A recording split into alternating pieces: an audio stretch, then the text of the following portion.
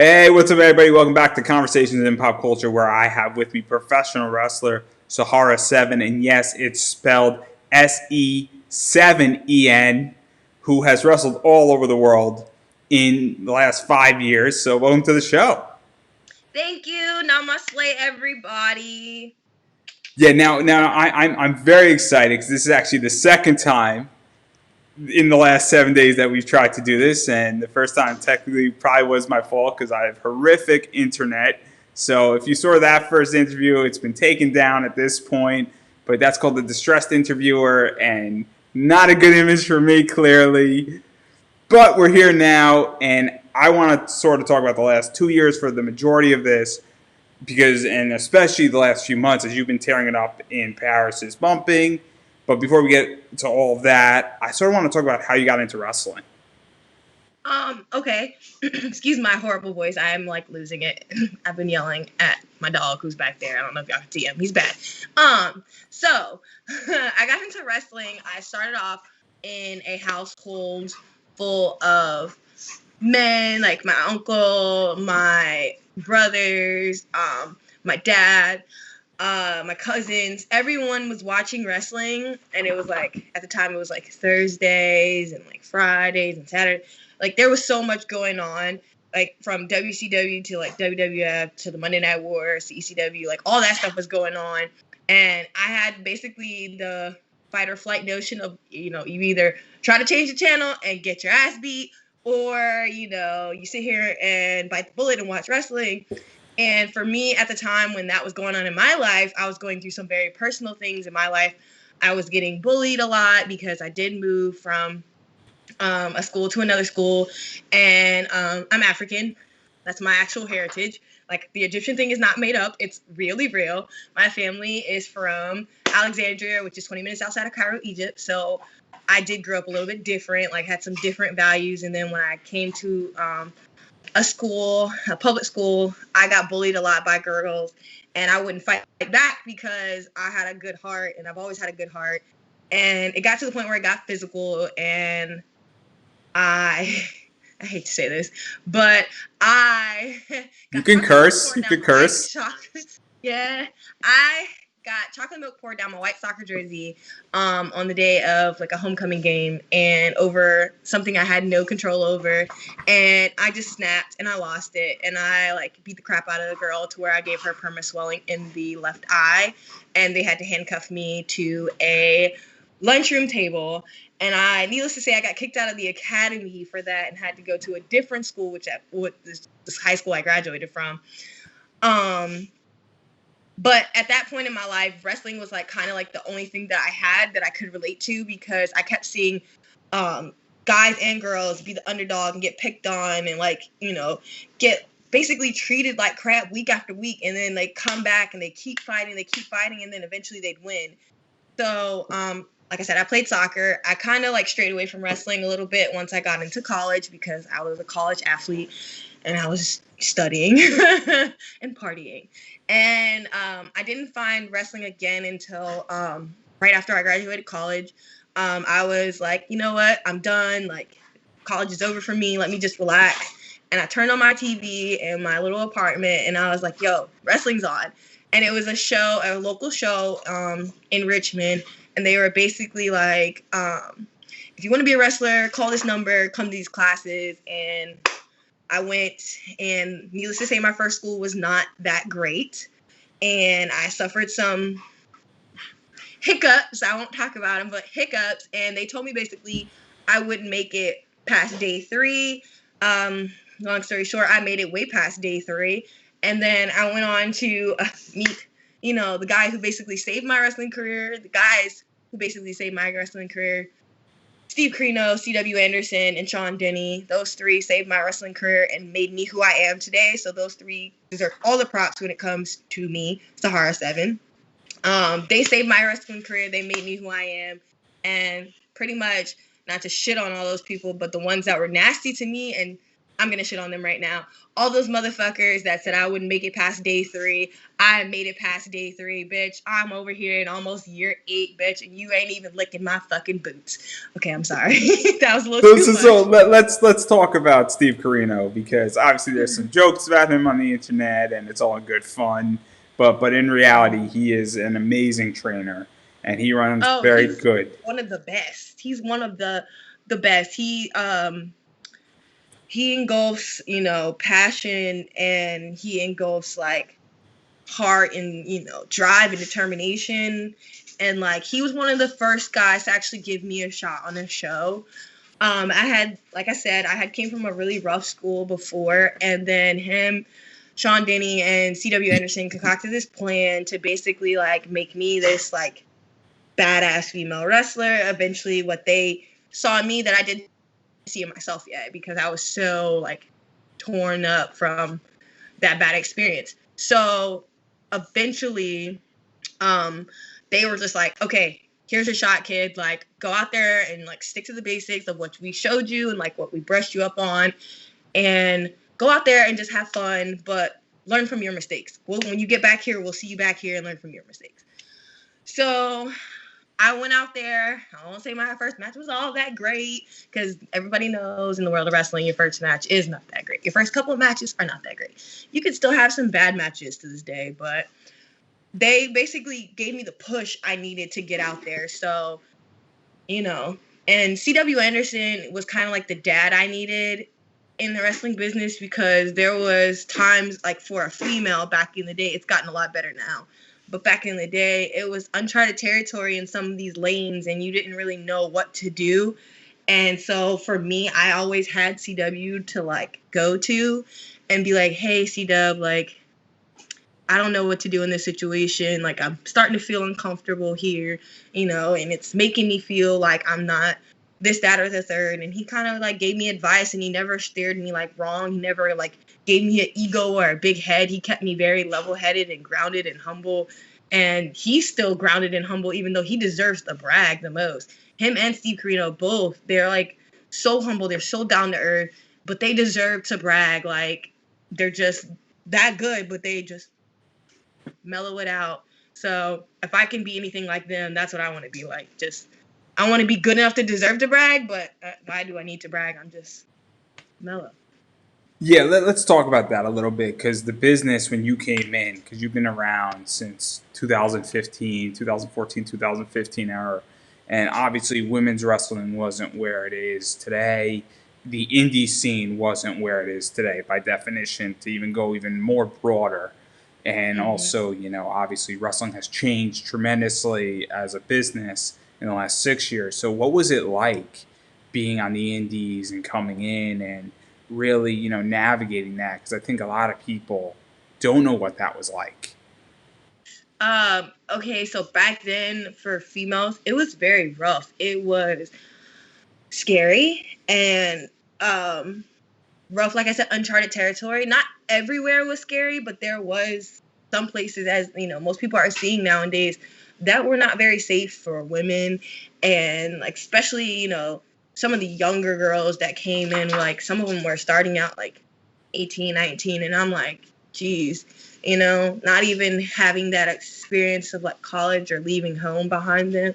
It was rough. Like, it was very cliquish too. I think that women now that we have a lot more opportunities and everything is open, they're, I hate to put it this way, but they're nicer to each other, because I remember at one point that it was not like females were not nice to each other. And if they were nice to each other, like outside of wrestling, they either knew each other for a very long time or developed a bond over the years, or it was kind of more of like, what can you get from me kind of deal. And I was fortunate enough to build bonds with girls that we all wanted nothing from each other, and we all kind of came around at the same time, and we didn't want to be like the clique. And I'm not saying like some of the legends, like older legends in women's wrestling, are cliquish or anything like that. That's not what I'm saying at all. But I'm saying back then, that was you couldn't go into a certain locker room. There was girls blocking other girls out of locker rooms because of rumors they heard, and or the fact that they were getting a little bit more, they were from the same area and one girl was getting a little bit more attention. It was just things that were like out of control and that really weren't necessary, because in my eyes, I always knew that this day that we're living in right now, where women's wrestling is just as important as men's wrestling, was coming. It just needed that push, you know, just needed that like big spark, that big bang that set it off. I've never been one to like hate on another female. It's not in my nature. It's just not in my heart. But I've seen the like, There's how can I horror put this? stories. There's horror stories Yeah, in yeah. wrestling, and everybody Seen knows that. yeah, I've been on the receiving end of some of the distasteful and nasty stuff in women's wrestling around that time, and I just remembered saying to myself, I will never treat a rookie like this ever in my life, ever, because some of the stuff that I went through would break some of the girls nowadays and would turn them away from their dream forever. So, yeah.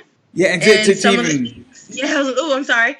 And some of the things that the females went through with their male counterparts were equally as horrifying.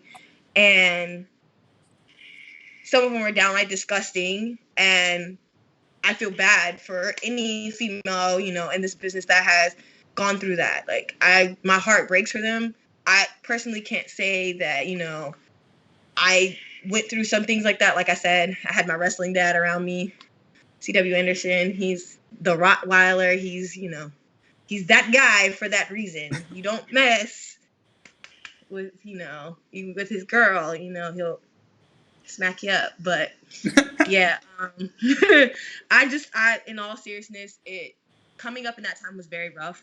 But I am thankful for coming up in that time, because it gave me thicker skin and it made me into, I don't want to say a leader. I mean, I get some people think I am a leader, but it made me into the person that I'm just not going to stand for that. If I see that, I'm very anti-bullying. I'm very against like ganging up on somebody just because of their difference or this, that, and the third. No, I'm very against that. So seeing as though I came up in that era, I put it into that. If it comes through me, it's getting shut down. And I also think that now going into 2020, the wrestling world has changed. I think that the wrestling world has experienced a swing on bullying, how things should be done. You know, I had Chris Levin on, and he was speaking about how even just in wrestling training, how some people would stretch somebody out and do certain things, and how certain people regret doing it, but that's how they were taught. And it's not that they're bad people; it's just that the standard has changed, and it's Mm-hmm. not like, you know, you're stretching somebody out or roughing them up a little bit. It's not because you're being mean, but it's because how you're taught. And I think a lot of stuff has changed in society on how people should be treated, how wrestling training should be conducted, how a locker room should be run.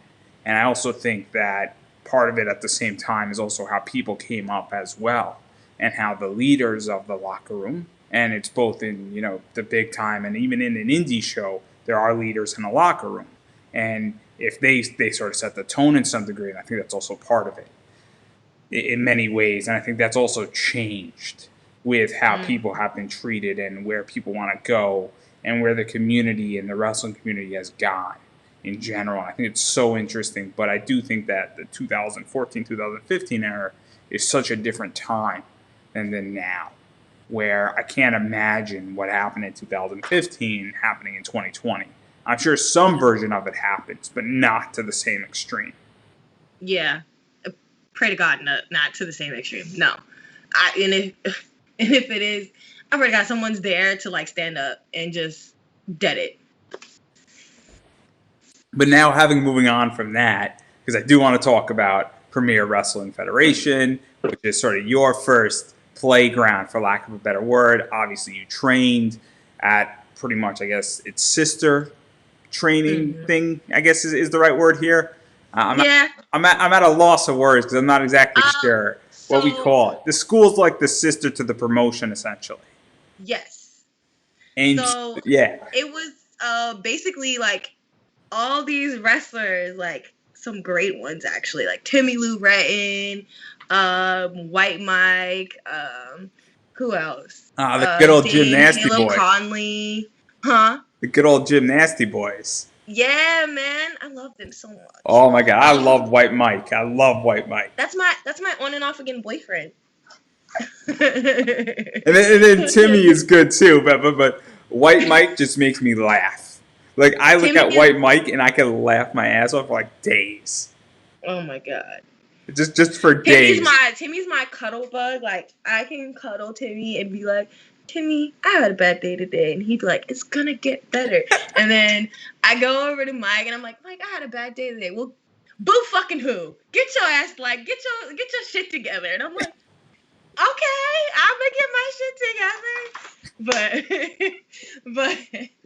But yeah, so we all like Jakob Hammermeyers, Caleb Conley, Zane Riley, a lot of good people. Cedric Alexander, Big Swole, Jordy Bulldogs. All of us, we kind of just like eloped and just like descended on North Carolina and just was like, oh, we're just gonna be here like a talented group of young kids and just sit here and like sit under the tree that is Steve Carino and George South and all them, like, because, you know, George South had his hand in it too, because, you know, he had his trainees, you know, stuff like that. We were all just learning from each other and then learning from, like, Steve Carino and C.W. Anderson and, like, George South. And we're all just bringing all these things together. And we were kind of pretty much, like, the first group in that thing. I guess now they call it the Carolina Wrestling Academy. Now, CWA, Carolina Wrestling Academy.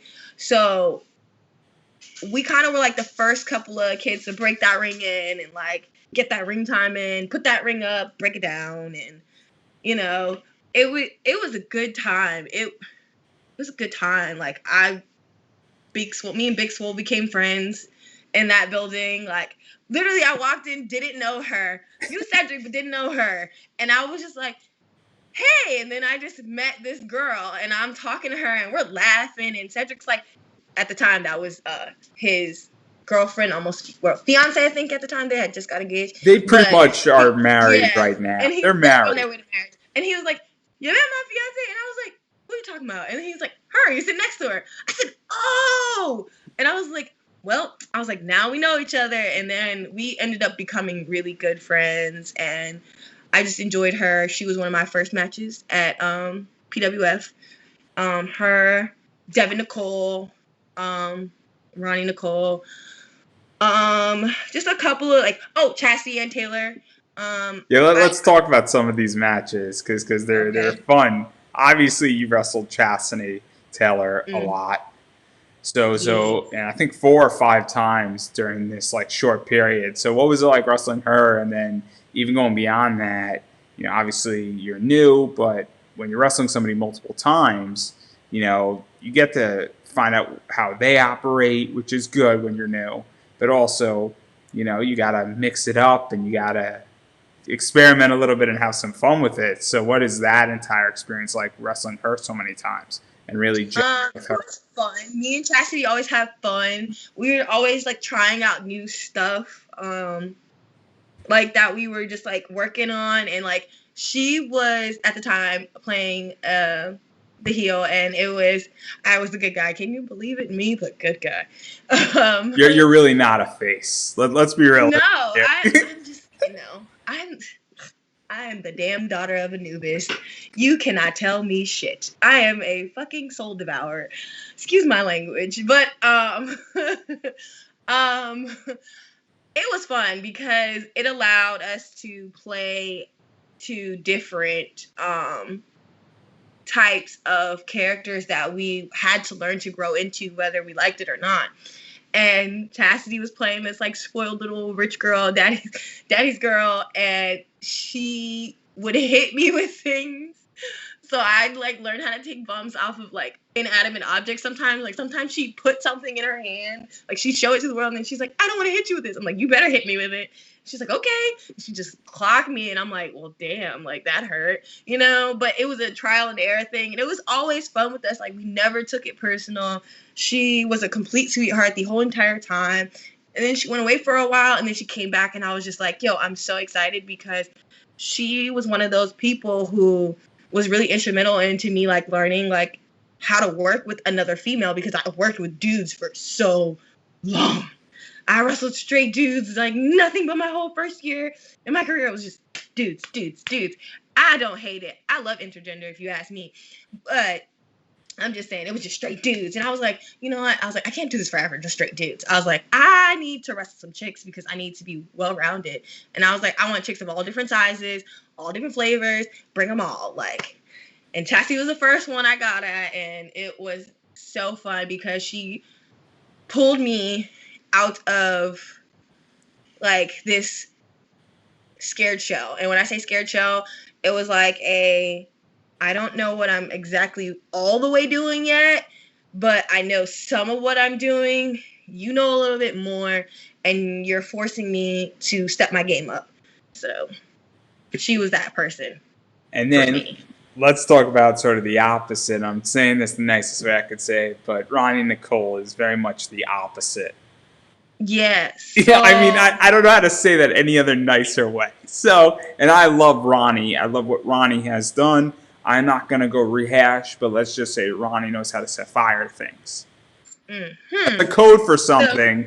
And if you know what I'm talking about, everybody knows exactly what I'm talking about. It's someplace between New York and DC that it happened. I'm just saying. So, my time with Ronnie, was I got to wrestle someone who, like I said, was complete different than Chastity Taylor. She was like more of a dominant force, once again, still over here playing the baby face. And I had to really learn how to sell the David versus Goliath story. And I feel like that was like my biggest test to date. And then later on, it became more of like, how can I put this? Like Goliath versus, you know what? It became Goliath versus the big black-hearted giant. That's good. So it became of like, how can we both, put on a good show and then put on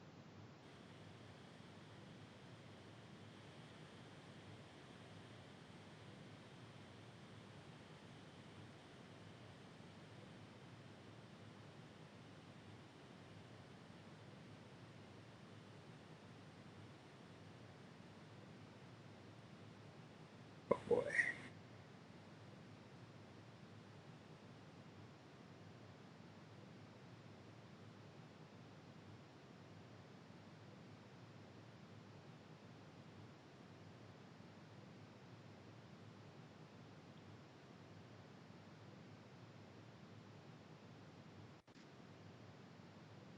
Yay, you're back. Yeah, I'm back. I'm back. So right at put on a good show is where we're cut out for a second.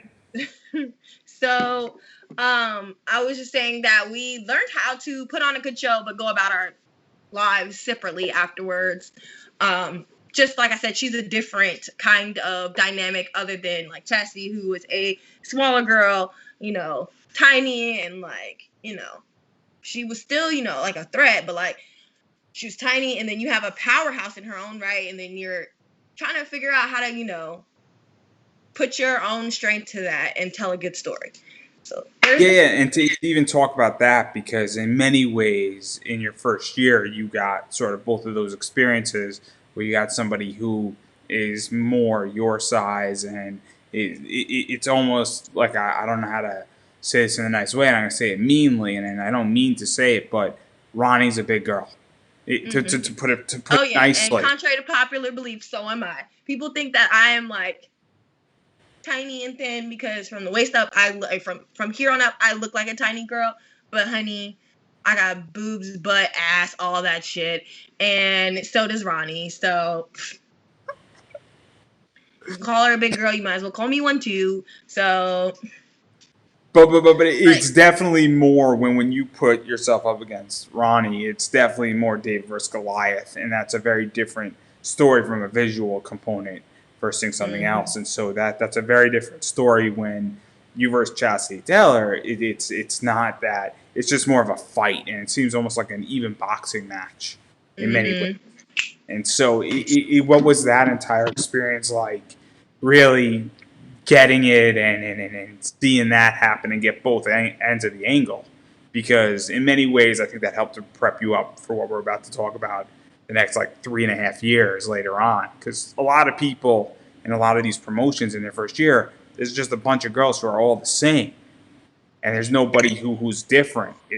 And I think it's something super important to have that experience, because the more diversity you have as a wrestler earlier on, the better you're going to be statistically. Mm-hmm. That is the absolute truth. The more diversity you have, and like in the first couple of years of your training and of your whole like wrestling experience, really define how your career is gonna go. Like if you're just stuck in the same wrestling the same like people that are same size or same aesthetic, same this, same that, you're gonna get used to wrestling those type of people. So when you encounter someone totally new, you're gonna be like, well, what do I do now? And then you're gonna look stupid. Like, not trying to like hate on anybody or shit on anybody, but that's the truth. You're gonna look stupid, and that's the one thing you don't want to do, because in wrestling, you want to protect your baby, and your baby is you, like your thing, your thing, and you can destroy your own thing just in your own right by looking stupid. You We can see. open your mouth and say something stupid. You can do something stupid, or you can, not train and like put yourself in stupid positions to win stupid prizes. So there you go. And speaking about diversity, and then obviously I was leading right into what I wanted to talk about, is that you get to go to Canada for a little bit, and in Canadian Wrestling Elite, so CWE, and I think that's an all women's promotion, right? No. Oh wow, wow, wow! It, I'm so ignorant yeah, completely. no, Talk you're about. fine. Okay, so I have to like, some people think that it's an all women's promotion. So it was actually a intergender promotion, girls and guys. But the tour I was on was called Girls, Girls, Girls, and it was supposed to be three girls from the U.S. and then it was like the rest of the girls were Canadian. And actually, one girl was, yeah, she was a Canadian, but she was actually from the Philippines originally. Yeah, she was from the Philippines originally. But so ended up being two Americans, me and Aja Super Pereira. That's my sister. Now WWE ref Aja. Woo woo. Shout out to her. That's my girl. All right. But but ended up being us two. And the rest of the girls were all Canadian, and like I said, the one girl from the Philippines. And that tour really opened my eyes on what a tour was gonna be like for the rest Explain, of explain. life. You now need to explain all of this, because clearly you're laughing inside your head, and now you're asking yourself a question, saying, "What can I say without getting in trouble?" Right? Exactly. I'm trying so hard. But let me put it this way. There was things like I told you about, like back coming up in like 2000. Hades, you are very rude. Um, like talking about things like how coming up in 2014, 2015, like how things were run back in the day. There were some girls on the tour that took it upon themselves to think that they were going to bully another girl in front of me and Aja. And not saying Canadians are bad, but like the two American girls was like, oh, fuck this. And so we took it upon ourselves to be like, listen here, every time you bully her, I'm going to beat your ass. I was like, you think I'm playing? I was like, every time you come back from this curtain and you purposely hurt her, I was like, for no reason, because the girl was coming fresh off a ring rust. She took some time off for her mental health, and coming back to that was not cool. And the way that the promoter handled it was not the best, and he's like kind of like, girls will be girls. I'm like, no, it's getting physical to this point. This girl's coming back through the curtain with abnormal bruises, bleeding like more than a normal, like a match. Like, this girl was blatantly going out there with the intent on, like, I'm gonna purposely hurt this girl, and she would sometimes say it, and I was just like, that's not cool. That's not how this is gonna go. And if the promoter's not gonna say anything, then we as a locker room need to band together and like dead this. So it kind of like fell on me and Aja to take the one Canadian girl in, and we actually ended up having her like stay with us like in our hotel rooms and stuff like that. The rest of the tour, she ended up being our little Canadian like sister. You know, we love her very much. We still keep in contact to this day. All three of us do. And it, like I said, it got to the point where we tried to talk it out and hash it out, like, and nobody else felt like it was necessary to say anything. And I'm like, is this girl bullying y'all too? Like, do y'all not have mouths to speak? I was like, because I won't raise like that, and ain't nobody about to sit up here and beat on me like that. So it got to the point where I told her, every time you go out there and you deliberately beat on this girl, I'm going to fuck you up. And I don't think you want those problems. And she thought I was joking. So the next night, it fucked up, and she ended up getting like stuck with me as her opponent, because the girl went to the promoter and was like, I just don't want to wrestle her tonight. I just can't do it. So the promoter was like, cool, we'll just find some other way to like work the show. And she got stuck with me. She beat up on the girl the night before, and I didn't get to see the girl. So I was like, guess what? Today's your day to get your ass whooped. And we went out there and we had a good match. But when we got to the back, I beat her ass. So she had bruises. So then, needless to say, she learned her lesson. So that's the best way I can explain that without.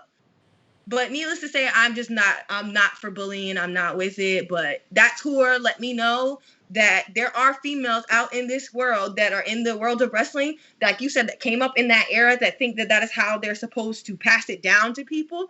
That is not how you treat a person. That is not how you treat a person. That is, needless to say, that's not somebody that you treat a person that you're on tour with. Because you never know how much that's going to come back and bite you in the ass. Now homegirl's getting her ass kicked all over the fucking world. Damn. That's like in tough love to a new level right there. I'm just saying, I just like that right there opened my eyes to how a tour should just not go, and then how it was going to go if these type of people were continuing to be on a tour. And needless to say, thank God that I didn't have to deal with that anymore on any of the other tours that I went. And I don't know if people heard about like the fact that I don't like that and I don't take that. So I don't know what it is, but it just like I said, thank the lucky stars that it never happened like that ever again. Sorry, my dog is just over here going AWOL.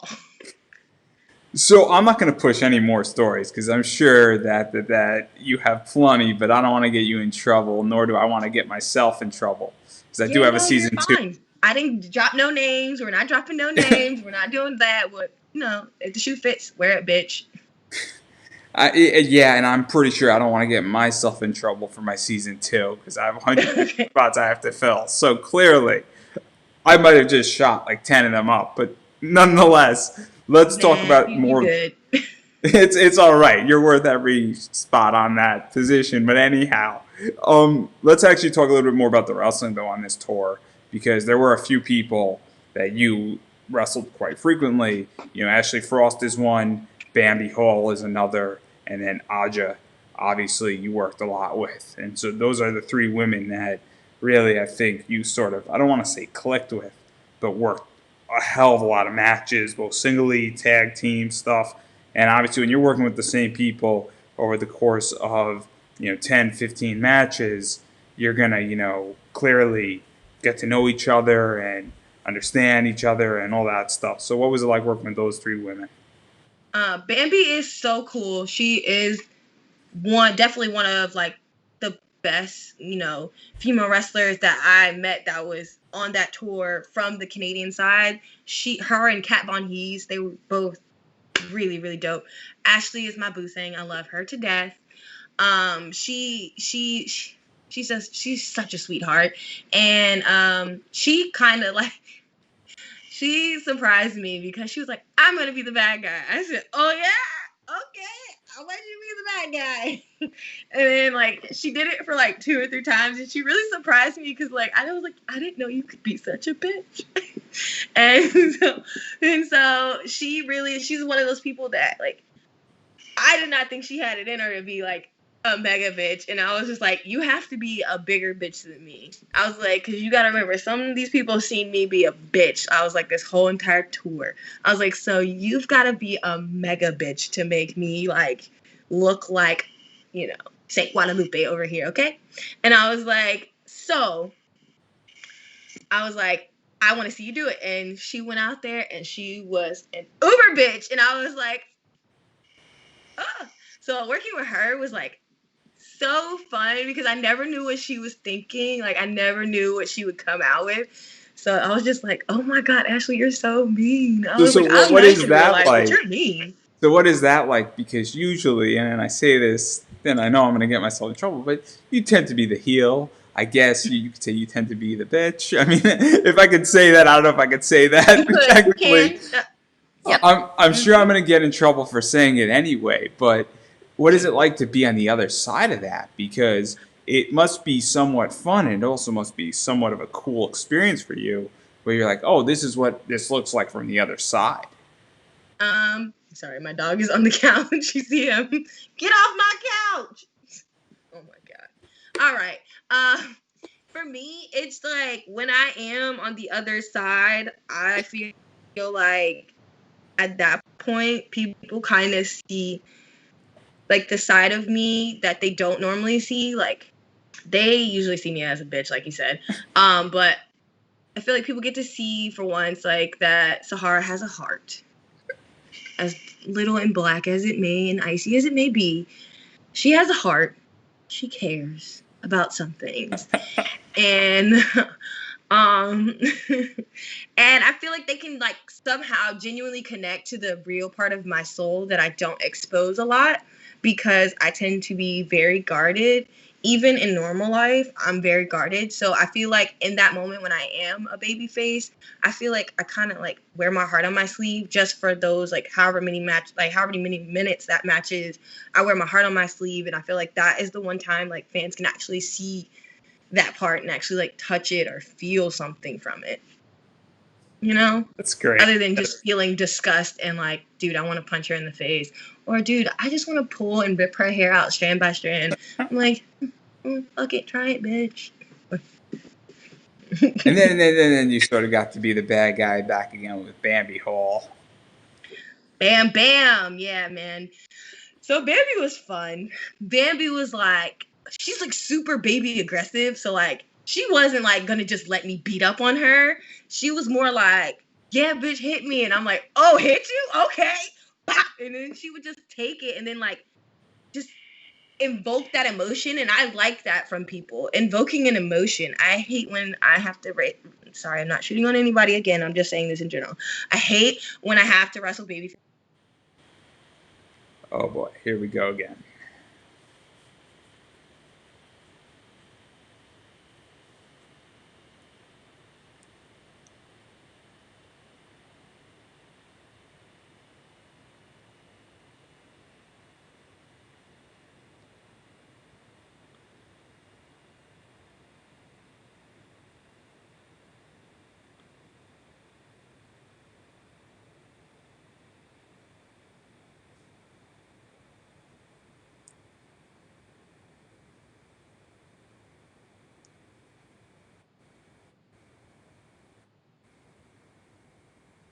Haha, you're back. Finally, we're back again. So 2 times so far. 2 times. This is a lot better than the Two last time. times. I promise. It's okay. Look, I am not upset. I'm not gonna beat you up. I'm not. No, I'm not. Mm-mm. After 90 of these, I stopped caring. After That's what 90 of these. I'm not gonna beat you up. I'm not. I promise. But no, Bambi's just a really good baby face. She's like a baby face's baby face. She's good. She's good. She is good. So Like to there's even talk about that, because obviously, the way I view wrestling is that what makes a heel is the fact that you have a good baby face. I come from the world of comic books. I come from the world of anime. And so obviously when I look at villains and I look at heroes, I think I'll give the best example. Obviously, I think Batman is nothing without the Joker. I think the Joker is what makes Batman, what drives Batman. You know, the Joker completes Batman. Batman is just a shell of a hero that needs a purpose, and the Joker is that purpose if we actually look at the core of Batman. And that's how I view Mm-hmm. wrestling. You know, we look at, like, you know, Edge as a great example. Edge versus John Cena. John Cena is a great hero, but he's not an epic hero without Edge being the way Edge is, cashing in that money in the bank and being heelish and, you know, sticking out his tongue Freaky, and conniving, and doing and everything. and so that's how, and that's how it seems with Bambi in many ways, is that she's just amazing, but what pushes her over the edge is you being massively a bad guy. And Mm-hmm. so I'm just curious how you feel about all of that. I like you said, you hit it. You hit the nail on the head. I love a really good baby face to my really, really good heel. Like, and I love, if I'm the baby face, I love a really good heel to my baby face. Like you say, you can't have one without the other. And if you do, it's kind of like that match now becomes like really, really overly dominated like by one person. So I just feel like for me, like Bambi, like you said, is just that good of a baby face. So she was that good of a baby face for me, and I loved every moment of it. It's awesome. I can't wait to wrestle her again. She's When this whole corona mess is over, she's coming over here. I know she is. She can't hold back. We talk about it. She can't hold back. She's coming over here. And then obviously we mentioned Aja already, but you and Aja sort of became very close, teamed up a lot, and Aja's obviously in WWE. She's killing it in that regard. And so, what was it like getting to work with Aja? Because I think you're one of the few in the course of wrestling that got to work with her. And it's kind of cool that you're both Americans working in Canada together. Like, talk about a weird like situation. We were called Team Canada Hates Us. I'm sorry.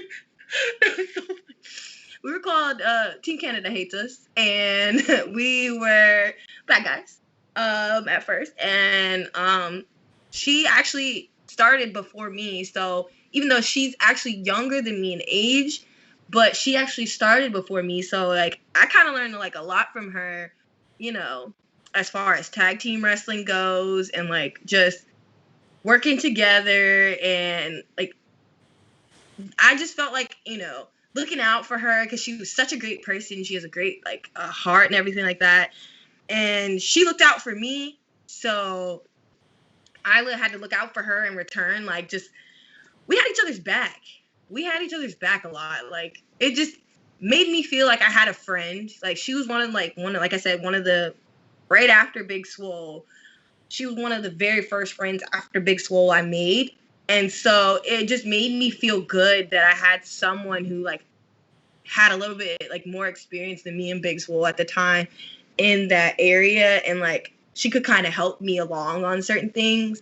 And even though, regardless of our age, difference, she kind of like just, I don't know, she was just like, come on, girl, we going to go do this. And I'm like, what? We doing what now? Like, huh? I don't know if I can do that. And she's like, you can do it. I've seen you do it.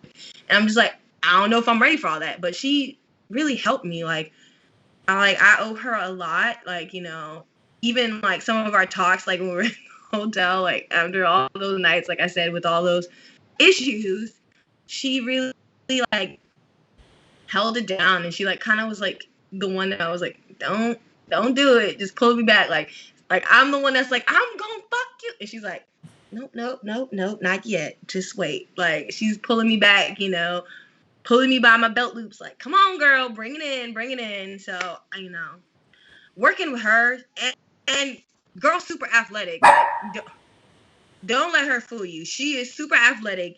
She's not afraid of anything. She goes for whatever she wants. She does whatever she wants. She comes up with some crazy stuff, and then she does it because she's just a forward-thinking, like creative and imaginative person, and she's just an all-around, well-rounded athlete. Yeah, and I'm just curious, even with all that, and obviously that's the American connection is there, and it also must be very comforting to some degree to have, a fellow American with you in a foreign country while you're on tour. And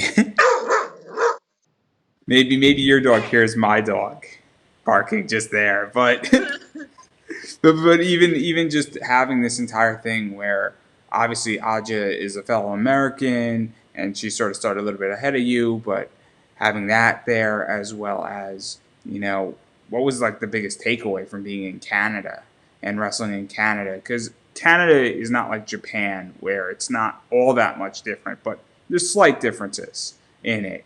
And then I know you came back to the States after that, but I'm just curious, what was your biggest takeaway, whether it was just being on tour for the first time or even just wrestling in Canada and how they run it slightly different and things like that? Well, so my biggest takeaway from Canada was he's so loud. No. So my biggest takeaway is that are you gonna let me talk? You hear him? Sorry. Hold on one second. See, you see what's bad? Hey, go. Go. You wanna go play with something? Go. Hold on one second. Sorry. This is so random. He's so bad. Sorry, guys. My dog's bad. You guys can joke me all you want. He's so bad. I knew he'd do this. But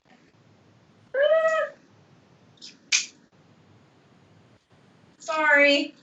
I'm trying to like put him away because he's loud and obnoxious.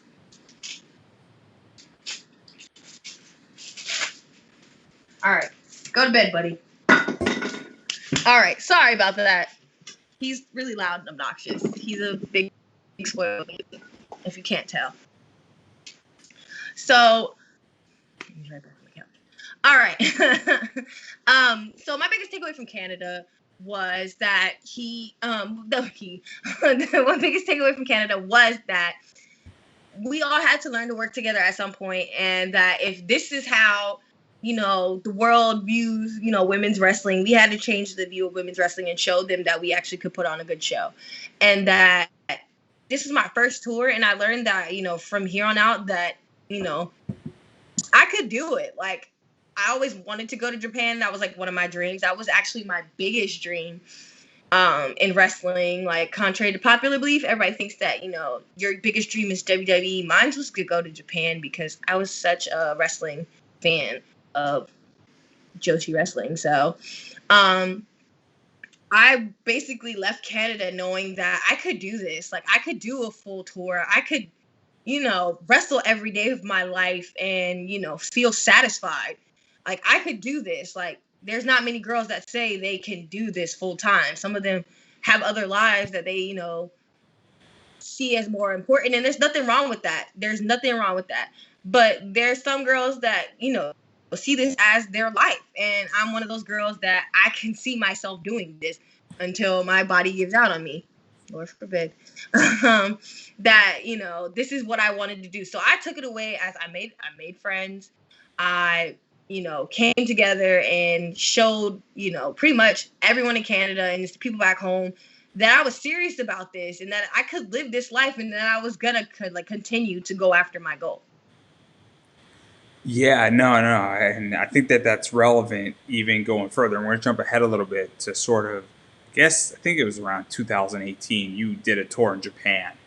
And Yes. you just stated that was one of your goals. And people who go to Japan and who are wrestlers typically wind up coming out better. They come out more, I guess, with skills. They tend to be more respected. It's sort of a badge, if you will. In wrestling, I had a comic friend explain that he's trying to get certain badges, and Japan is one of those concepts where it's a badge that I wrestled in Japan. And so, what was that like? Because you wrestled for Marvelous, and that's a pretty well respected company in Japan. They do a lot of interesting things, and there's a lot of cool people in there. I mean, you had matches with Level 5 and with W Fix and a variety of other people, and it's just one of those things where anybody knows Japanese wrestling or any degree of it, well, it's kind of a big deal, and I'm sure that you could go on for hours about it. Yeah. kind of sum it up a little bit before I get like all emotional. Marvelous is like a family. They took me in and pretty much helped mold me into more of a badass. Uh, like like I said, Steve, Sean, and C-Dub did the early stages of badassery, and then here comes Chigusa Nagai-san, my senpai. She came in and was like, "You gonna be here at Marvelous? You're gonna be a badass." And we trained every day from sun up to sundown. You know, we had fun. We did shows. We did shows after shows after shows after shows after shows after shows. Like till our arms fell off, our legs fell off. You know, some of us, you know, got some like, you know, minor injuries, but nothing like too big. But it made us tougher, and like to this day, I still keep in contact with them. That is my Pama. That means like your mom and your dad in one in Japan. She's my senpai. She's my Pama. I looked up to her. I respected her. Like, you know, she put me on a pathway to greatness. I learned so much. I overcame so many fears. I tried so many new things.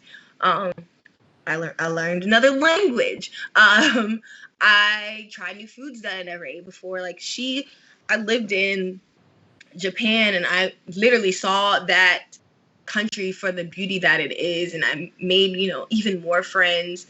You know, like I always say, like, you know, friends, but like they're like family to me. Like once I like accept you into my life, you're like family to me. But over there, more so, like once they invite you into their home, into their dojo and things like that, they really mean that. So like I carry that around with me like a badge of honor. Not just I wrestled in Japan, but I made a family that I know I can go back to. So, and like you said, you mentioned it, level 5. I was part of one of the most dominant female groups in Japan. Like we kicked ass. Yamagata-san, Tomoko Watanabe, so Tomoko-san, and we did a lot. Like we just learning from them two legends right there alone, like it was just so great. And then like to have like my debut in Corkin Hall, I can't even like talk about it without getting emotional, because like it makes me cry every time I think about it. I'm trying not to cry, but like I stated earlier, like that was my goal, was to get to Japan and wrestle in Japan. And everyone who knows me knows my grandma was the biggest inspiration in my life. And I did everything I did because she never judged me on wanting to be a wrestler or anything like that. She named me. She did, you know, every single, like when I told her I was going to Japan, she was like, "You better tear it up." And I told her, I said, "Grandma, I'm going to, you know, go to Japan and I'm going to try to make the biggest name I can for myself." And when we had our match in Korakuen Hall and on the anniversary of Nagaya-san, my senpai's debut, I like sat in that ring and like after the match, sweating, crying, and just taking it all in and just thinking about it. Like that was for my grandma. Like that was for me and that was for my grandma, and I achieved that. And Marvelous allowed me to achieve my goal, so I'm forever in debt to them. So it made all of that worth it. It made all the training, it made all the days where I was homesick sometimes, it made me not seeing my grandma and my loved ones for a long like period of time. It made it all worth it, because in the end, when I came home, my grandma was proud of me. I was proud of myself. I had lost weight. I had like gotten to the best shape of my life. I was a badass in the ring. I was doing things left and right. I was just doing what I wanted to do in wrestling and not have to validate myself to anyone. Like I did it, and I felt like no one could take it away from me. And I still feel like that today, like obviously speaking so passionately of it, but you know, I got to wrestle some really, really, really amazing people in Japan, and amazing women and men, because I did some intergender matches as well in Japan. and it was just amazing. I'm grateful for my time there, and I would never trade it, ever, ever, ever. Yeah, and to even talk about that, because obviously Marvelous and Stardom, they have certain rules, regulations, requirements that have to be followed, and they tend to be very strict with their talent. And there's a lot of reasons why. Japan is a very different country culturally than America is, across the board. And wrestling is also very different in Japan. And so, what was that entire experience like? Because in America, we definitely like cheer a lot more, and that we react almost like with every pop in many ways. And in Oh Japan, my god. they don't really do it that way. I mean, sometimes they do, but there is I a was so scared. I thought I was terrible because they were so quiet. And they were like, no, they respect the art of wrestling. So they don't really say too much. Like here, they say things here and there, they cheer here and there, but like they respect it. Like it is a full on respected fighting like style art. Like it is serious. And I want to say my first couple matches, I was like, oh my god, like they're so quiet. I was like, I'm so scared. And they were pretty much like, that's a good thing. That means they're watching you. Versus if they're having conversation, it's not good. So I was like, oh, okay. And then I want to say it was that first ring where I think it was after I wrestled Yamagata-san one-on-one, and I came out and I got streamers thrown at me. I got showered in streamers, and you know anything about wrestling in Japan, showering with streamers is a very big sign of like respect and like, we like you, we like what you do in the ring, we respect what you do. And it made me feel like finally I know like I'm doing something right. And so it made me really happy. But it's different over there. Like wrestling over there, it's more so like over here, it's more so like a, full on show from getting in. Like over there, it's like go, go, go, go, go, go. Like don't stop until you kill the person. Not really, but I'm just saying like you don't stop until you have defeated your opponent. You just don't stop. And it's just like keep going, keep going, keep going. And I just can hear it in like the back of my head. Like when I was in these matches, I would be taking bump after bump after bump, and I would just hear like Mio-san, like Mio-chan screaming, "Okera! Okera!" That means like get back up, get back up, get back up. And she's like, "Go, go, go!" And she's like, "Okera!" And then she's just yelling it, and I just hear her. I could be like taking the biggest bump of my life, and she's screaming from somewhere over there, like, "Get back up!" And it's just like just that channel alone gets you like, I want to keep fighting. Like this is not how I'm going out. This is not how I end. So that's like kind of different here because there's people that want you to like kick out and da da da da da, but there's like people literally screaming because they don't want to see you end like that way. They don't want to see you die or fade out, as they say, that way. So they're like, oh, get up, like yelling at you and just get up. And it's so much fun. Like that is a experience that I would have to say if you're there, you experience it. I mean, you could obviously experience it through a laptop, hear them in the background watching it, streaming it live. But when you're there and you're actually the one doing it, it's like that is like a shot of adrenaline you never knew you needed. And it's amazing.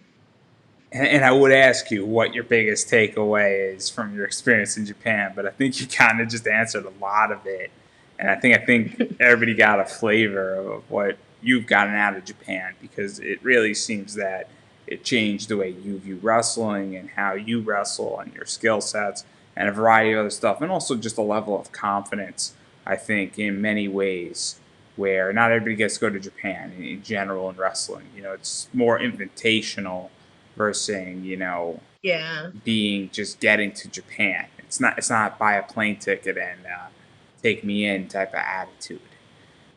But Yeah.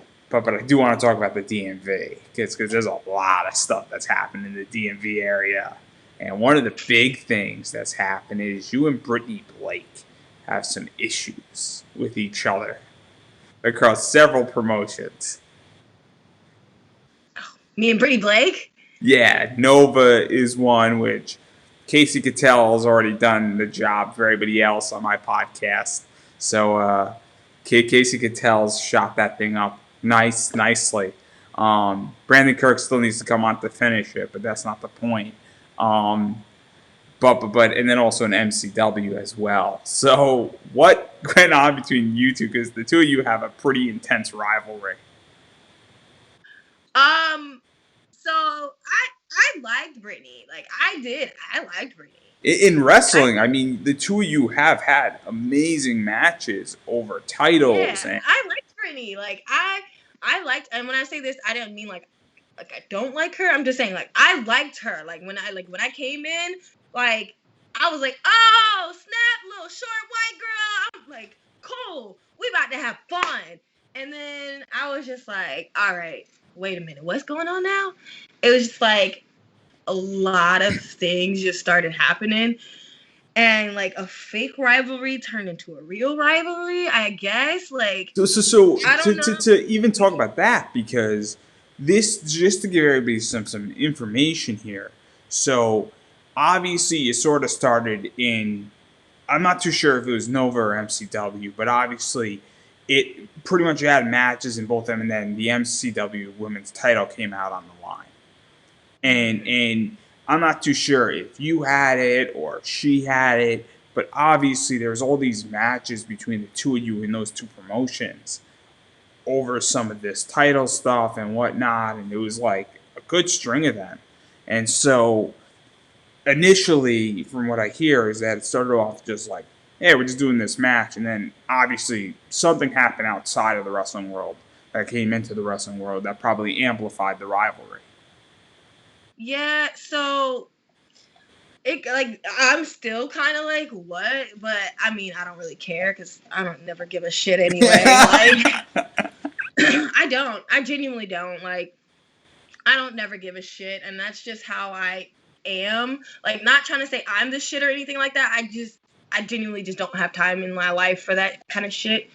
But it started off as like something like super like I was like I told you I was excited, like I liked her. I was like, yo, I'm out to have like a good ass like couple matches with her. And it started off as they were like, oh, it's gonna be like a little program, da da da da, we're gonna work together and da da da.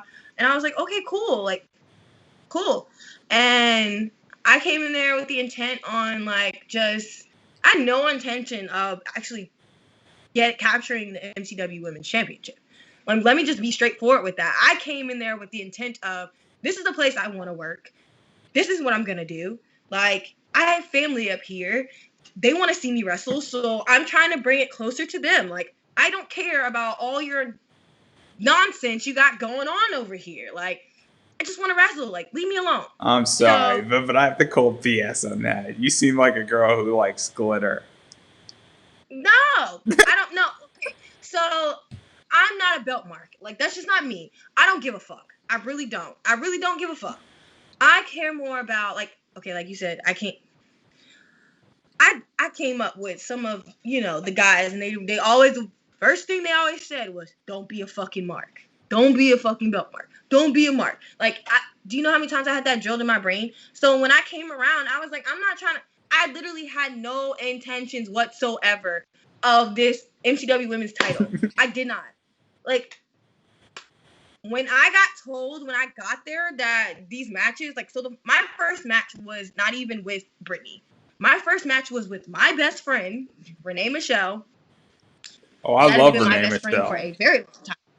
Yes. And she can attest to this story because she was fucking there. She It tells a lot of was stories. me, Kennedy Brink, who is now Lady Ref Jess in WWE, and Renee. And we had a three-way match. And we're back to the silence.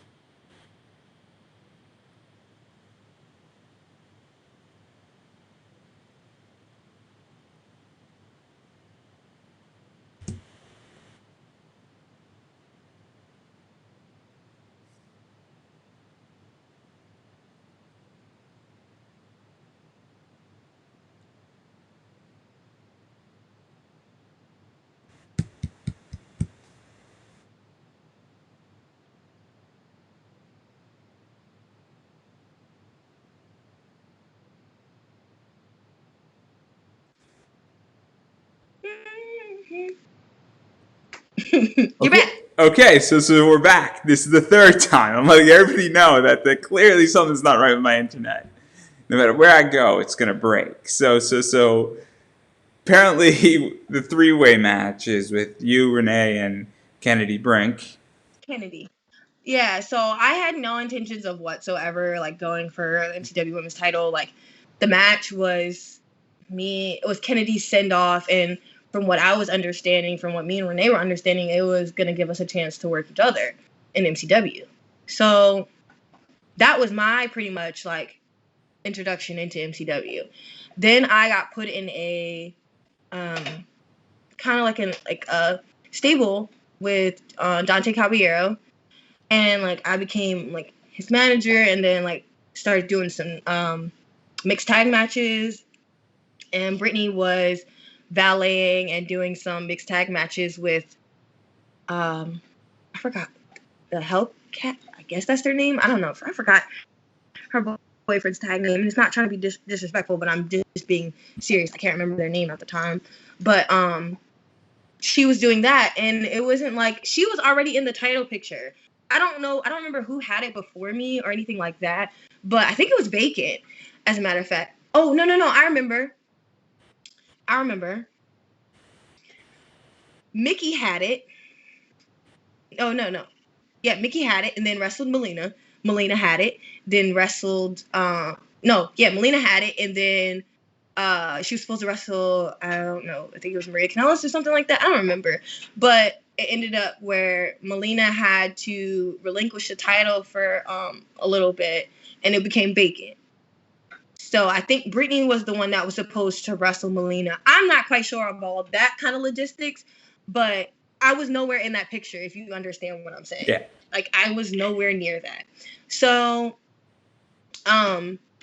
it was vacant, and then they decided, okay, well, we have two girls that we have here that we use on quite a regular. Let's put them in a match together for the vacant title. So they put us in a match together, like for number one contender or whatever. And I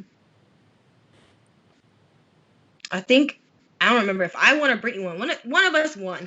And then it ended up being Brittany had the belt, and then I came in, and they told me when we were in, I forgot what show. I think it was at Volunteer Fire Company or something like that. I don't know.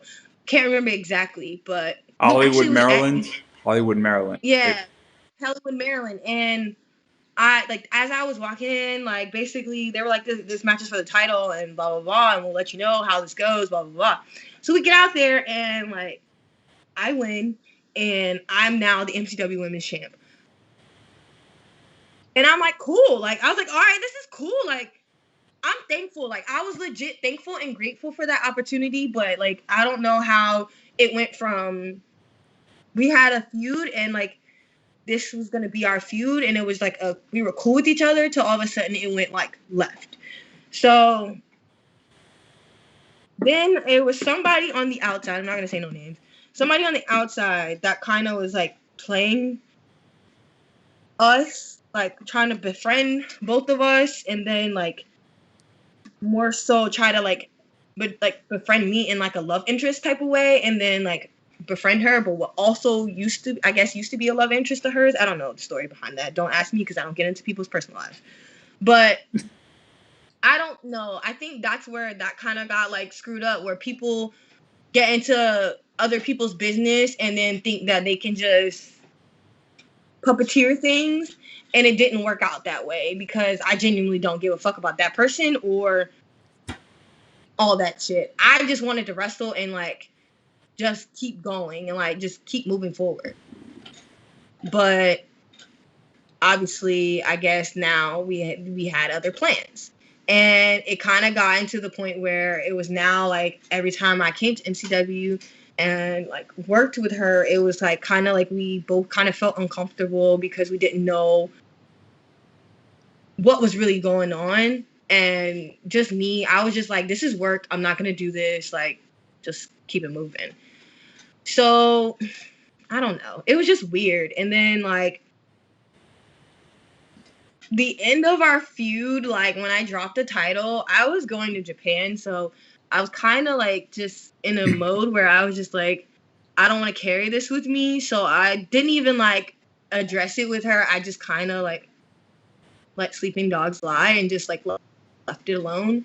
So, you know, I don't know. I just don't know. Like, I don't know. Like, I don't know. Like, I'm Well, do trying to you be nice and care? like not I say it in a mean, mean way. I just don't give a fuck. Like, I don't care enough to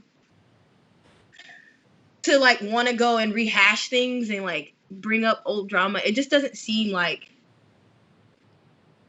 it doesn't seem important. If you get what I'm saying. so you really don't care about it because it's not a point you want to deal with, and in reality, it probably doesn't even mean much. No, and the fact that now when I see her in public places and stuff like that, I'm like, all right, hey, like I treat her like a human being. You be professional, you keep it moving. I don't even know why it's gone this far. I don't even know how it's gotten to this point. Same thing with a lot of people. I don't know how it's gotten to this point with a lot of people because I don't know. I'm just one of those people. I genuinely just don't care. And then the other side of DC is Nova, which is everybody's got an issue with Nova, including me. So it's all right to shoot on Nova Hello. apparently. And I enjoyed the two Nova shows I went to, but obviously they did a lot of damage across the board. But I believe we're all adults in the room and we can separate the matches and some of the people who wrestled who I like a lot, like Logan. I love Logan, and Logan is amazing in Nova and everything that the guy's done from the actual owners and promotions. But you wrestled a bunch of people, and one of the people that you had a lot of fun wrestling was Gamma Cross. Gemma, I had a lot of fun wrestling Gemma because I ended up wrestling Gemma again all the way down the line in Pennsylvania. So I had a lot of time working with her, and like our time in Nova wasn't I want to say my time in Nova wasn't polluted with that because like I said, I'm a straight shooter and I kind of like keep Yeah. business. I don't know if you can get that kind of vibe from me now, but I'm a straight shooter and I keep business. I don't really want to hear all that bullshit that you're like spitting out your mouth. So like it never really, trying to put it in the nicest way, it never affected my matches. Like, yeah, sometimes it did when it involved like other female workers, but it never like affected me personally. Like, nothing was ever brought to me about it or nothing. Like, I'm not saying that the guy's innocent because he's not. He's fucking not. Like, all that shit that went down is fucking terrible. But just it was never brought to me because they know that for a fact I don't put up with that shit. I'm not gonna Yeah. like sugarcoat it So or so sweep it under the so rug. the Like, Gamma Cross stuff though was really good because it started in Nova and then yeah, it started in Nova and went further. And Gemma plays a good bad guy. Like, she plays a good bad guy. And she made me have to play a really good good guy and one in of a way. yeah, and one of the things it led to is the La Femme Championship, loser leaves town type of match, and that was kind of her being laughed at Phoenix Pro Wrestling and all that stuff, and obviously that was a big boost for you. And so, what led up to that entire thing? Because that's a really interesting match, and I'll be the first to say that I didn't see the ending coming. Oh, thanks. Well, that was just more so I had wrestled for Eclipse for like when it first opened, and like I wrestled Samantha Starr. So that was like a while ago before like we had actually got to the Gemma Cross match. So I hadn't been back there in a while, and so it was like Eclipse and like Phoenix were merging into like one company, I think. And they pretty much hit me up and was like, "Would you like to come work?" And I was just like, "Sure." At that point, like I told you, I'm always, just was about getting myself out there and just working. So I was like, "Sure, cool." And then they were like, Jim Cross is our champion. You'll be working our champion, Jim Cross, and da-da-da. I was like, cool. I was like, I have history working with Gemma. Cool, like whatever.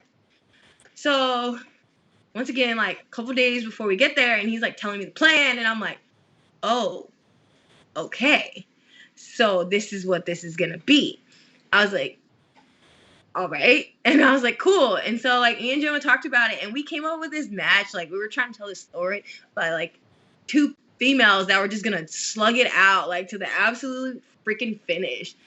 And like I was like, we're gonna die trying. And like literally we almost did die trying because it was balls hot in there. So like pretty much we just used our experience from working with each other in Nova, and we kind of just ran with it. Like we just built on that Nova match. So we were just like, we stopped here, like let's take it further and like push it up higher, and then we're just gonna like do this crazy thing. And surprisingly we pulled it off. So Yeah, and one of the things is that I'm curious.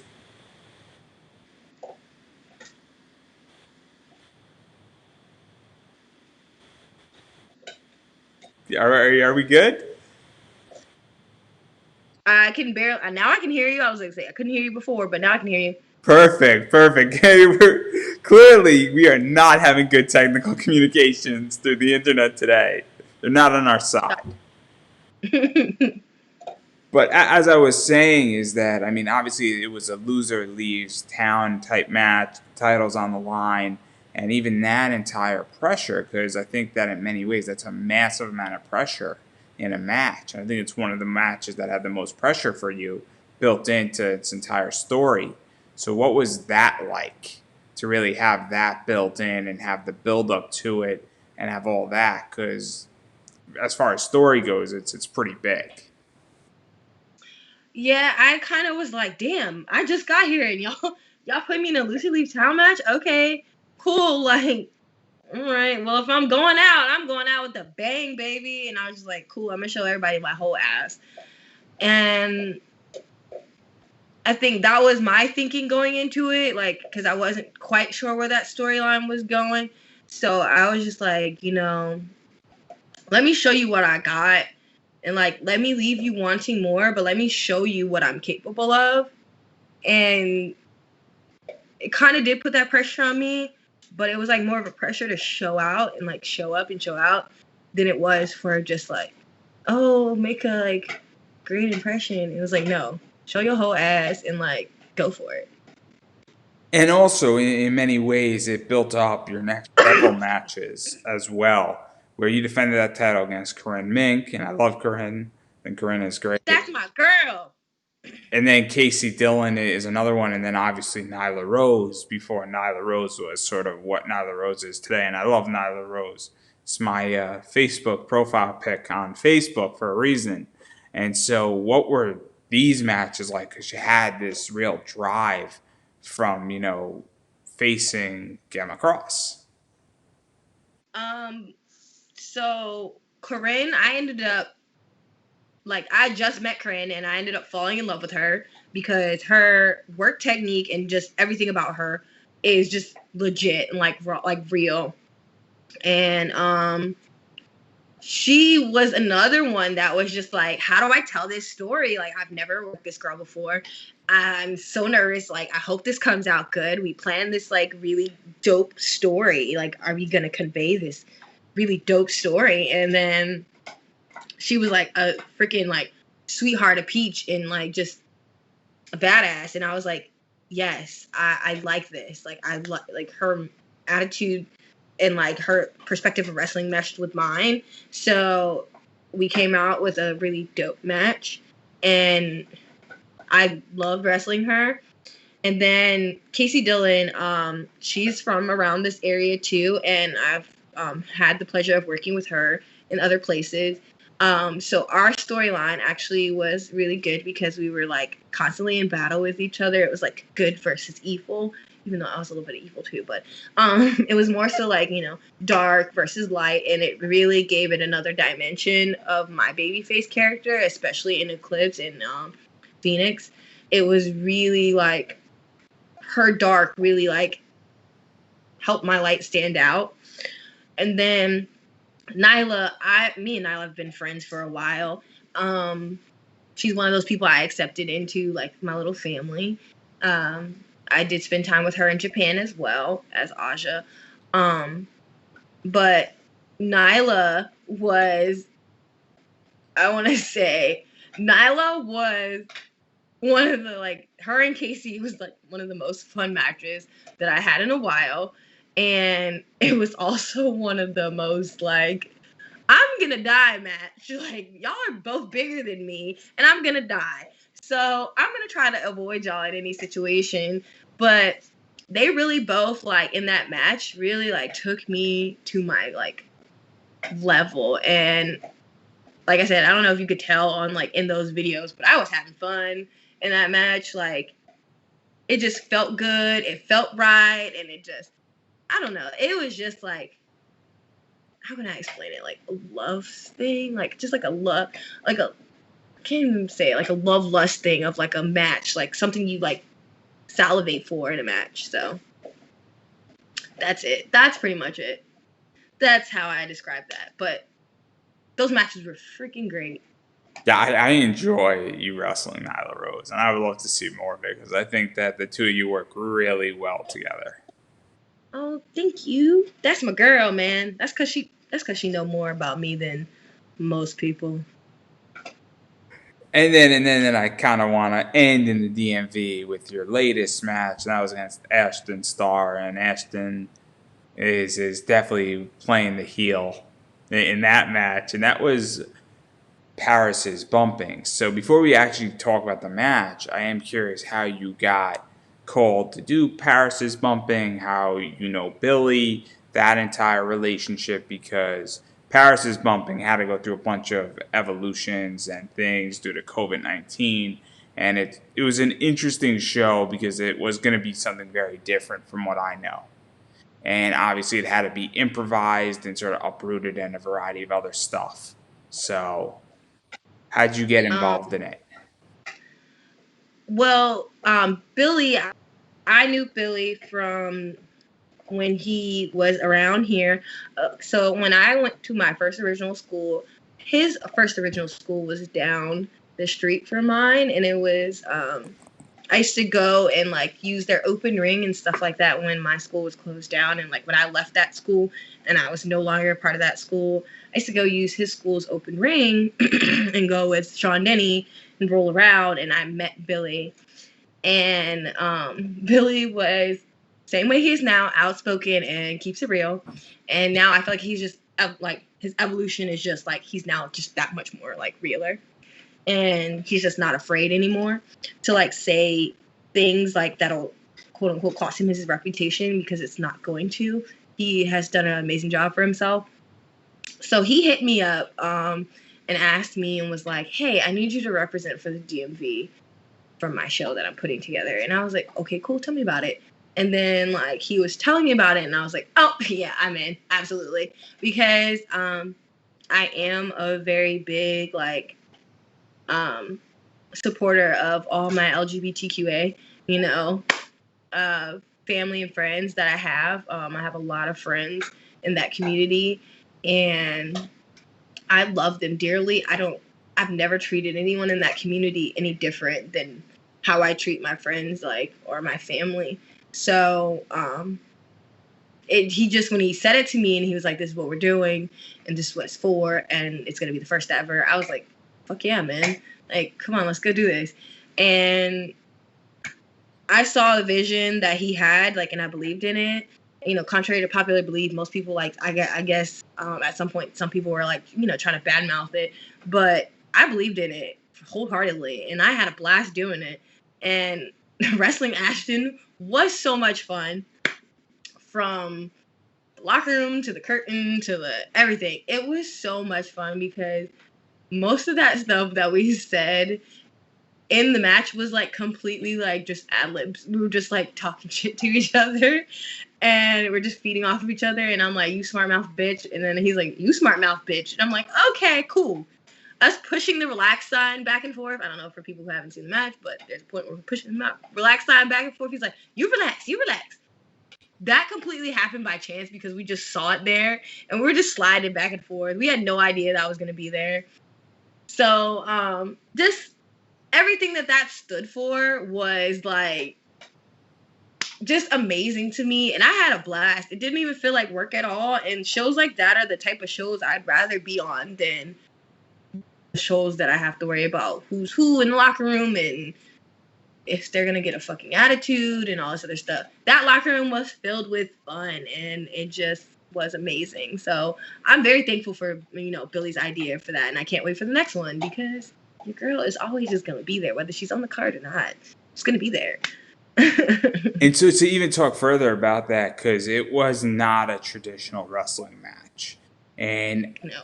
it was very much, I don't want to say it was a death match, but it had more of a death match vibe to it in many ways, where it wasn't an ICW death match. Let's put it that way. But there was definitely lax rules. There was definitely a lot of fun stuff in there. There was obviously the sitting at the bar and having a shot thrown in there. And so obviously there was a lot more, I guess, cinematic elements, I think is a fair statement to throw into there. So what was it like having all that in there and having that stuff and getting not to play with the ring, but getting to do wrestling beyond the ring? Because I think that's sort of a new development with COVID-19 and all that stuff. And I think it's a nice addition to wrestling in many ways. Well, Billy kind of was just like, okay, bitches, like, you two together, go. And I was just like, okay, what do you want? He said, you just handle it. And that match is a product of me and Ashton's brainchild. And it was the first time I was like, I'm wrestling outside without a ring. Like, what are we gonna do? And we just had to like look around and use our brains and like put two of our like wrestling minds together and be like, okay, what can we do? And this is gonna be a death match, so we need to use objects. So we just started looking around for things, and like the cinematic aspect of it came from when we both were just like, there's gonna be cameras in our face, so we need to figure out a way to play to the camera, but not play to the camera, but like somehow get people involved and feel like they're there even though they're not here. So we kind of just like came up with all these like different little scenarios and like tried to like work our quirks in there, and it came out beautifully. I would not change a thing like in that match because it really told a story, and I think it came across because when I got on Twitter, I was on corporate timeout on Twitter, but when I got back on Twitter like a couple days after it actually released on IW, was it I can't even say it right, IWTV. I just saw like the comments from the whole show, not just me and Ashton's match, the whole show. And it was just like so well received. And I was like, thank God. Like I knew it was gonna be great. But I was just like, I'm hoping people see what I see. And like people who never, ever, ever, ever seen me wrestle or ever seen Ashton wrestle or anybody else that was on the card or giving us high praises. There was people that I thought that were gonna like boo and like bury us alive on the internet and like hate so much that were giving us compliments. I was like, oh my God, we just crossed over, y'all. I was like, trendsetters. And I just was so proud. I'm so proud of Billy and his vision, and I'm proud of what I did. I wouldn't change it. I wouldn't take it back. No regrets. No nothing. Yeah, I didn't know who you were before that match. Yeah, you commented on my thing. I don't know if you remember what you wrote to me, but it was pretty funny. I don't remember. I just, you know what? Honestly, on Twitter, I just say what I'm honest to God thinking. Also, what was helpful about that show is that Camp Leapfrog was on first. And so there's a lot of people who are watching Camp Leapfrog, which is on tomorrow night, everybody, 8 o'clock. Go watch Chris Levin's Camp Leapfrog. I am not contractually required to say that, but I'm saying it anyway. Because Chris was on my show, and I want that thing to do well, and I don't think you'll regret it. But that show was amazing, and then going into Camp Leapfrog from Paris is Bumping was just an amazing position. And I don't know, That obviously was not planned by Billy, but the people at IWTV know what they're doing, and it was super smart what they did with that. But and that helped tremendously, in a lot of ways. That people were like, "Oh man, 3 hours of wrestling," it was great. But even because I think Paris's bumping is an amazing step for cinematic wrestling. I was disappointed that the show didn't happen in June, and I'm glad that Billy actually continued to do it and that we did it in October. And I thought that was Mhm. great, and I'm very happy that happened. And I love Billy. I think Billy has killed it with Butch vs. Gore, and so obviously, and I just also love Eddie McQueen, and in many ways. Oh, that's my boo. I love Eddie. I love Eddie for a lot of reasons, and I was disappointed that Corinne Mink did not win, but we all get over our problems in life eventually. But anyhow, that kind of brings me to my next question, which is COVID-19 related. Obviously, COVID-19 has changed the game, changed Paris's bumping tremendously, and I'm curious where you view wrestling going. And we were speaking prior before we went live about it, and I think it's really relevant what we were talking about, which is, obviously I'm a strong believer that wrestling shows aren't going to be coming back in 2021. I know I'm the downer, I might be depressed, I'm a pessimist, which means I'm always right eventually. Um, but, where do you feel it's going? Because as a fan, I mean, I'm the type of guy that much would rather watch on IWTV a lot of these events at this point due to COVID and due to not feeling comfortable. And so I'm curious how you view it as a wrestler, because I view it very differently as a fan. I see it as like there has been shows that I've done like during this COVID time, but I always make sure that they're taking COVID precautions, requiring people to get tests done, like Billy did. Billy did require us to get tests done before Paris is bumping, and then after he suggested that everybody get COVID tests done just to be on the safe side. After us being in there, even though it wasn't that many of us there, it still needed to be done. And I have taken it upon myself to only work shows that require COVID tests and precautions and things like that. And I don't think I'm telling you, as a grungy goth girl, emo, I go to a lot of concerts. And with COVID, I haven't been able to go to a lot of concerts. And I know at least concert venues in my city are talking about like coming back as early as March 2000. I mean, yeah, 2021. And I'm still kind of like, I don't really believe that because as a performer myself, I don't feel comfortable with 4,000 or however many people at a convention. And COVID precautions being taken, still don't feel that comfortable with that many people. I don't feel comfortable with 450 people in a smaller venue at a show. I don't feel comfortable with that, and I'm not that close to people, but I still don't feel comfortable with that because I still feel like we should take this seriously because it is affecting a lot of people. And I feel like there is a point to where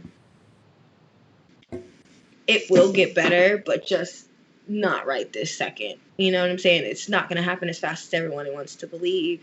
And I feel like it takes time, and we need to give it that time. We can't rush it along. And I feel like, as wrestling is a source of income for a lot of people. Um, and it's sad, that this is being one of the things that has to suffer as people's income, not just in wrestling, like in everyday life. I just think that we should try to be So, so, so, more conscious about how we do things. So I feel like it just is. I don't think it's gonna come as fast as people predict. I feel like it's gonna take a little longer. Not like saying that it'll be over, like everybody's saying that we're gonna wake up on New Year's Day and it'll be all over and done with. I think it's gonna take some more time, and I'm one of those people who firmly believe. Hey, I'm one of those people who firmly believe that you know if we can do shows safely and safely distanced and have the same amount of fans watch a show, on IWTV, for a while, like let it be. And there's plenty of ways, to fund these shows and things like that. So I just feel like it's for the greater good of like the profession that we call wrestling, that we just wait a little bit. I'm not saying that it's gonna be gone forever, and people might think I'm a Debbie Downer, like you said. But I'm not trying to be a Debbie Downer. I'm just trying to be, just a realistic person about it.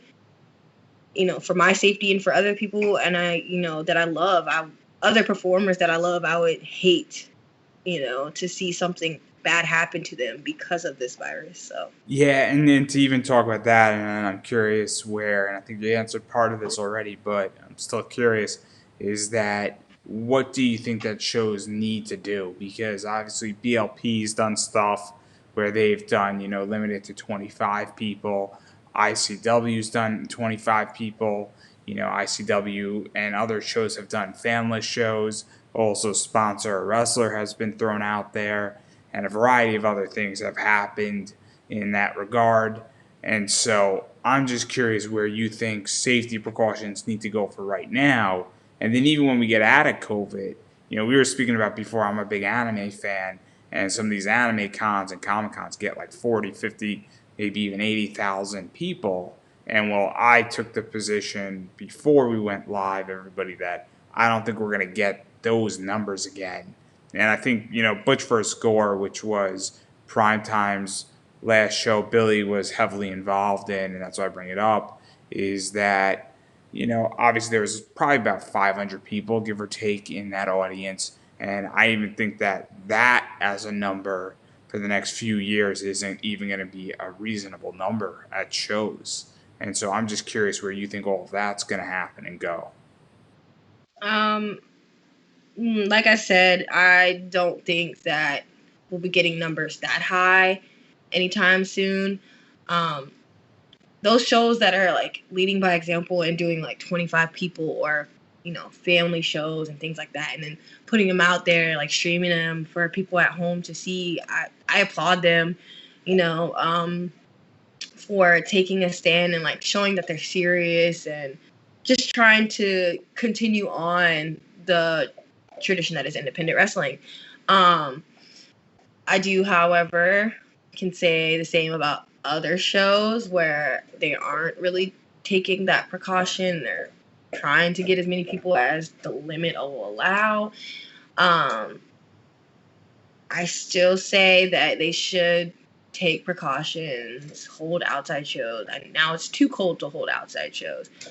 Take precautions, require your talent to get, and your staff to get tested prior to coming and going, to ensure their safety, your family safety, others around you. Um,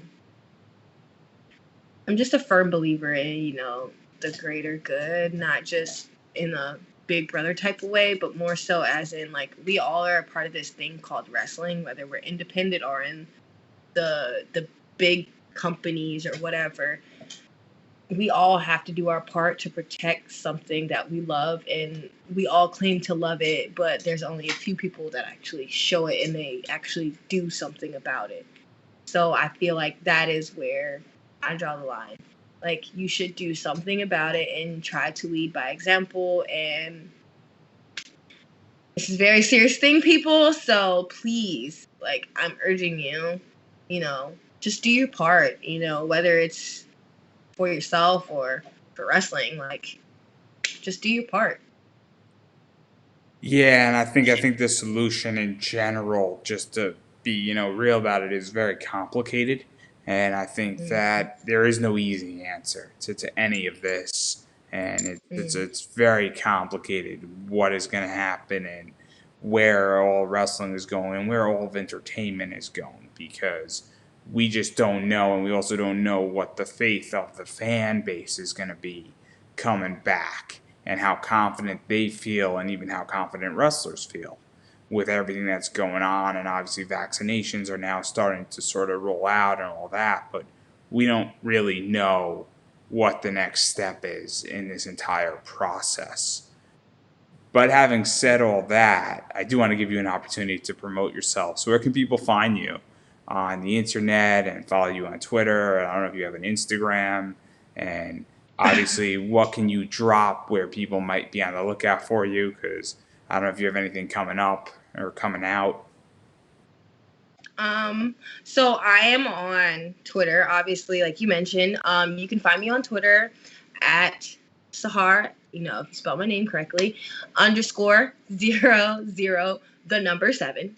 And then on Instagram, I am Sahara, you spell my name correctly, SAHARA.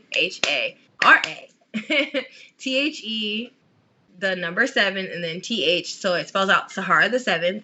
That's my Instagram. I'm on Facebook. I have Sahara 7, the official fan page. I also have a big cartel with merch coming out. So I have currently right now I have tons of photos and 8x10s I need to get rid of, so you can be a part of the evolution that is Sahara 7. You can own pictures of me from like way back, like from my little baby gear to the big damn daughter of Anubis and the Soul Devourer, aka me, to the current level. And then I have some t-shirts I'm dropping, aka I'm dropping a retro t-shirt and a new one that I have yet to unveil. I'm also dropping like coasters. I have like a canvas coming out, a signed canvas of something that I've been working on since I was in Japan. I have a lot of stuff coming out. I have a makeup line, so if any of the female followers are watching, I have a makeup line. It's called 7 Beauty Cosmetics, and it's also on Instagram. It's on Sultry7 Cosmetics Company. So I have that ready to launch in the new year. I'm kind of busy. Like I'm not gonna lie, I have a lot going on besides wrestling, but I do tie it all into wrestling at some point. So yeah, just follow my socials, and if you guys get a kick out of me and think I'm funny or whatever, or you think I'm just crash and rude and whatever, I don't care. But I have a lot going on, so you can find me on my socials there, and I definitely post an update when I have any upcoming matches. As of right now, I have started taking bookings for some, like I said, COVID precaution, like safety shows, with one being WWN, ACW, American Combat Wrestling, down in Tampa, Florida. So definitely be on the lookout for that, and I'll drop some more dates as I get them. Well, we're going to end on that note. I think that's a wrap up, but I am going to say this, you have to support indie wrestling right now. Definitely support Sahara 7, spelled with a 7, or you could spell out 7. I'm pretty sure that if you type it into Google, it'll come up either way. Or you could spell it the cool way, which is SE7EN, which is also awesome to spell it. And I love that spelling of it. It's so dope. But in all seriousness, you need to support indie wrestlers, and one of the best ways how to support them is obviously picking up their merch, especially during COVID. And this is the time to do it. Christmas is legitimately around the corner. Great time to pick up merch for your loved one. Introduce somebody to a new wrestler. Great time. You got 2 days to do it. You can tell them it's on the way and it's coming to them. So definitely do that. But more importantly, if money's tight, and look, money's tight, COVID's coming. Obviously, people are still feeling the effects of it for a variety of ways, and Christmas is coming. So obviously, please take care of your family first. Take care of yourself, your loved ones. Be safe, be precautious. And if money's tight, the next best thing you can do is follow people on Twitter, check out their Instagram, check out what they're doing, check out a variety of their business pages. Obviously, Sahara has an entire makeup line, and if you're a female or a male and you just want to look pretty, I don't judge here. Definitely you can follow on Instagram, and that means a lot to a lot of people because it definitely helps in the long run. So that's something that you should be doing regardless of whether you're interested in buying a t-shirt or looking out for a t-shirt or an 8x10 or anything like that. You should also be following on social media because it is just as important. So please go do that for everybody listening and checking this out, because that is super important and you should be doing both. And if you can't afford, as I stated, right now, the monetary side of things, you should definitely be doing that, because social media is free. And the only reason why you shouldn't do that is if you don't have electricity or internet. And if that's the case, please contact me, because you're watching this, and obviously there's a business opportunity here for me to make money and you to make money, but more importantly for me to make money.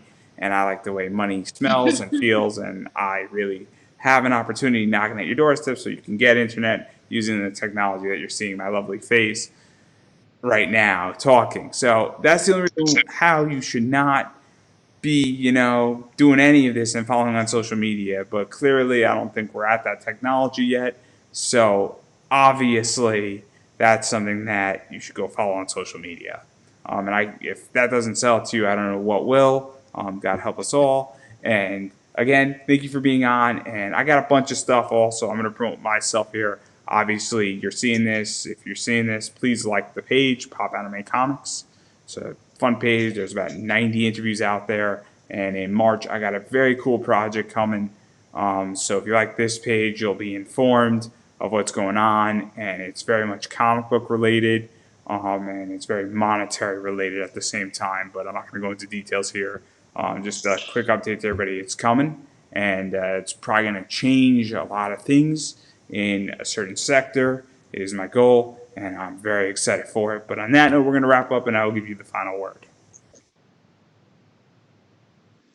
Well, thanks guys for watching. Like I said, if you guys saw me and you think I'm cool, follow me on social media. If you guys think I'm rude, think I'm a bitch, whatever, that's all great and fine and dandy too. Follow me.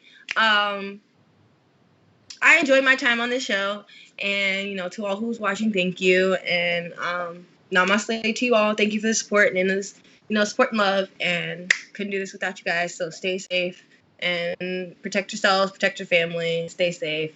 Peace, love, and happiness. I think that's a wrap.